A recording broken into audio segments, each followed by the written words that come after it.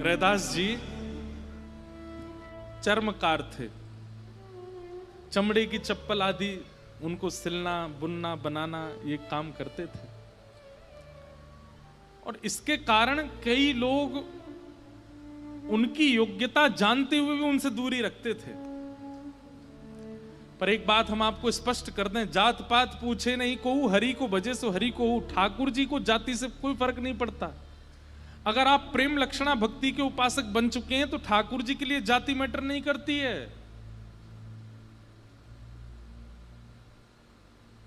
रैदास जी एक बार अपनी ठाकुर जी की सेवा करने के बाद भाव में चले गए, मानसी में चले गए।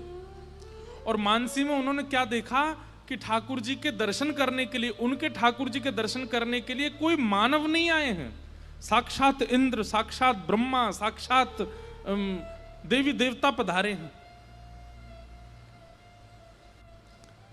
तो रैदास जी अपने ठाकुर जी का अभिषेक करके वो जल एक कठौते में लिया और भाव में सबको दे रहे थे।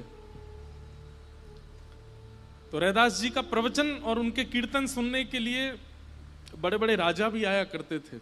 काशी नरेश, काशी के राजा, वो भी रैदास जी के यहां सत्संग में आते थे। तो रैदास जी के सत्संग में आकर के काशी नरेश जैसे ही बैठे तो आप भावावेश में थे, और भावावेश में देवी देवता आए हैं ऐसा मान करके सबको चरणामृत ठाकुर जी का दे रहे थे। कई लोग तो पीछे हट जाते थे। रैदास जी का सत्संग सुनना है, कथा सुननी है, पर इनके हाथ से हमें कुछ लेना नहीं है। क्यों? चर्मकार है। ऐसी भावना लोग रखते थे। तो काशी नरेश जो थे उनके मन में भी थोड़ी भावना तो आई कि भैया ये चमड़ा बनाते हैं, चमड़े का काम करते हैं, इनके यहाँ के पानी भी शुद्ध तो नहीं होगा। ये भले ही चरणामृत कहकर के परोस रहे हैं पर इसमें भी कुछ ना कुछ दोष तो होगा। लेकिन अब आ गया हूं तो सभा में पीछे हटना अच्छा नहीं लगा। मैं ही हट जाऊंगा तो सब हट जाएंगे।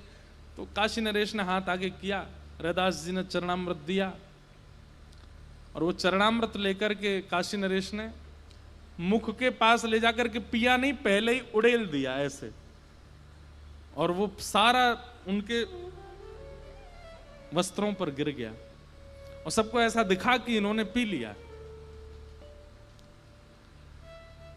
लेकिन वो जो जल उनके वस्त्रों पर गिरा उसकी छाप ऐसी बनी जैसे मानो केसर के जल की होती है ना, पीली पीली हल्दी के जल की छाप। सफेद वर्ण का वस्त्र पहना था, सब पीला पीला पीला हो गया नीचे तक। सत्संग सुनने के बाद काशी नरेश गए और अपने मंत्री आदियों का धोबी के यहां भिजवाओ, इसको धुलवा दो।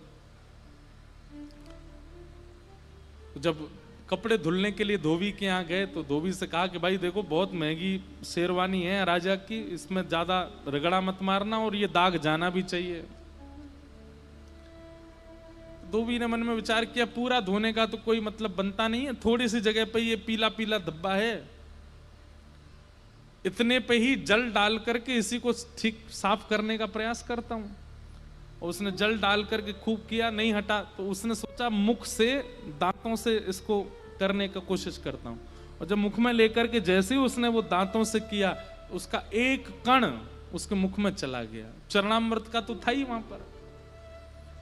और मुख से लगाने के बाद जब दांतों से उसको करने लगा, एक कण जब उसके मुख में चला गया, उसके बाद जब उसके नेत्र खुले तो उस कण का ऐसा प्रभाव हुआ, वो जिसको देख रहा है उसमें उसको ठाकुर जी दिखाई दे रहे हैं। सामने धोबी का गधा खड़ा था, उन्हीं को दंडवत कर, ओहो जय हो मेरे राम जी, धनुष लेकर के खड़े हो, आप कितने सुंदर लग रहे हो, आपकी बलैयां ले लूं।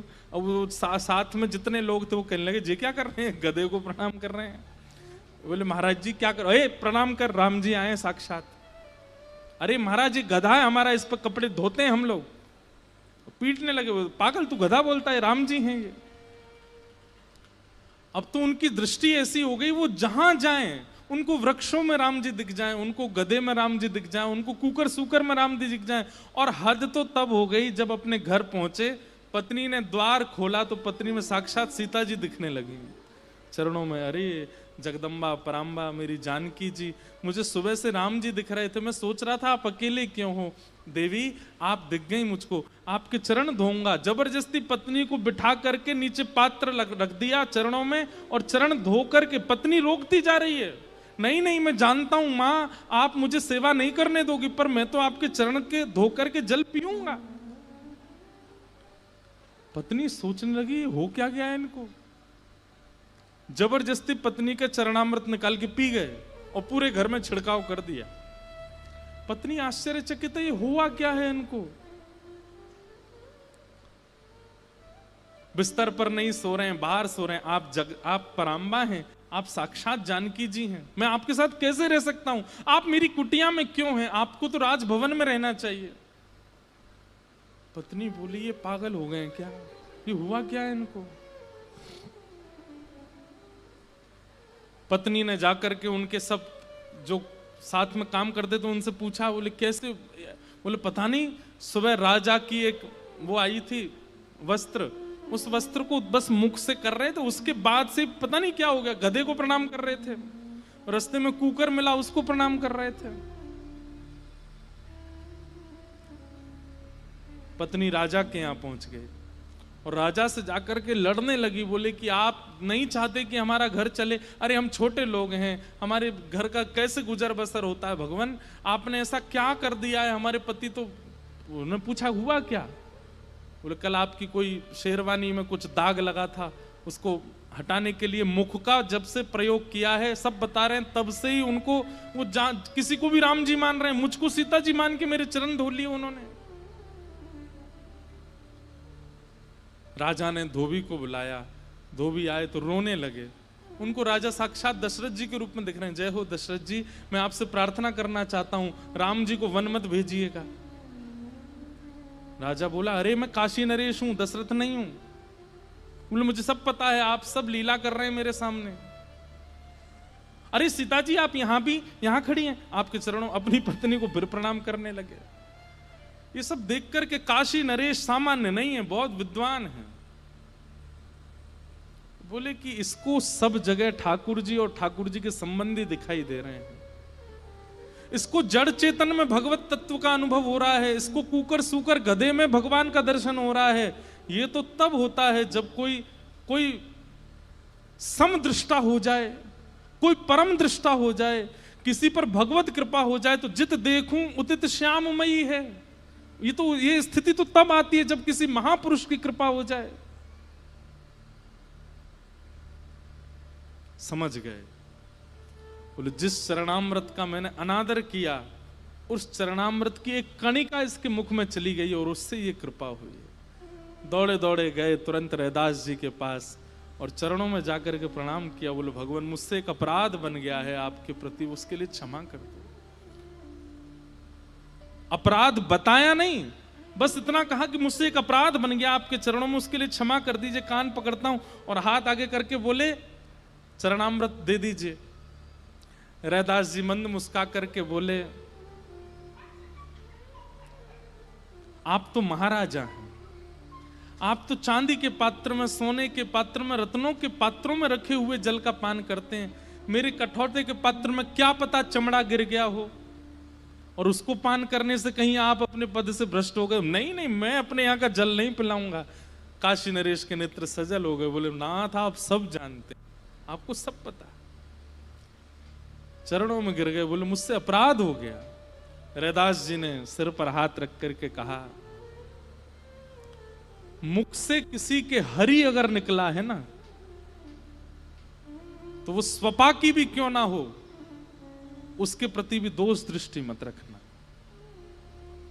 वो भले ही दोष युक्त है, उसका निर्णय ठाकुर जी करेंगे, पर तुम दोष मत देखना।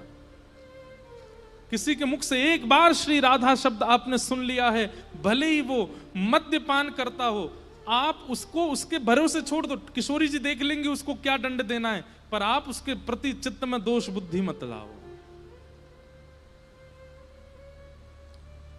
इन तीन चीजों से सावधान रहिए बस। क्रोध से सावधान ठाकुर जी कर देंगे, मोह से सावधान ठाकुर जी कर देंगे, आदि आदि दोषों से सावधान, कथाएं आदि सुनकर के आप व्यवस्थित हो जाओगे। पर ईर्ष्या, स्वार्थ और भगवत भक्तों के प्रति दोष, ये तीन लक्षण ऐसे हैं, ये तीन में से एक लक्षण भी आपके अंदर है, ठाकुर जी की प्राप्ति कभी नहीं हो सकती आपको। किसी ईर्ष्यालु भक्त को ठाकुर जी मिले हो, ईर्ष्यालु होगा तो भक्त नहीं होगा, पहली बात। स्वार्थी होगा तो भक्त नहीं होगा, दूसरी बात। और वैष्णव अपराध करने वाला होगा तो भी भक्त नहीं होगा। ये तीन भक्त नहीं हो सकते, इनसे ठाकुर जी मिलते ही नहीं है। इसलिए बाकी के दोषों पर चिंता मत कीजिए। अगर ये दोष आपके अंदर हैं तो आपकी रातों की नींद उड़नी चाहिए, आपका भजन बढ़ना चाहिए, आपका सत्संग बढ़ना चाहिए कि मुझ में ईर्ष्या है क्यों, मुझ में स्वार्थ है क्यों।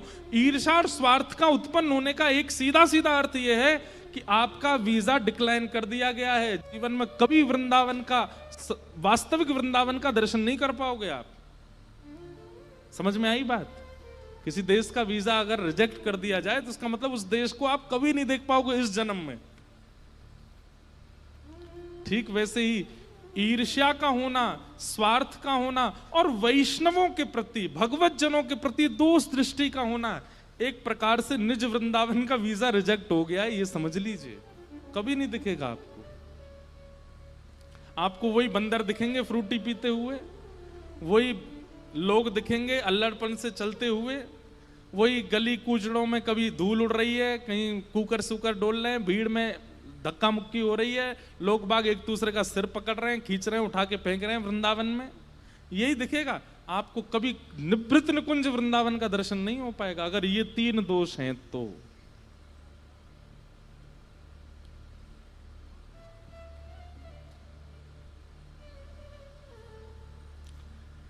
इसलिए भाई भगवत प्राप्ति के लिए भजन बाद में कीजिएगा, पहले स्वयं को सुधारने के लिए कर लीजिए। कथाएं भगवत दर्शन के लिए बाद में सुन लीजिएगा, पहले अपने चित्त को तो सुधारिए। हम हैं कैसे, हमारी विचारधाराएं कैसी हैं।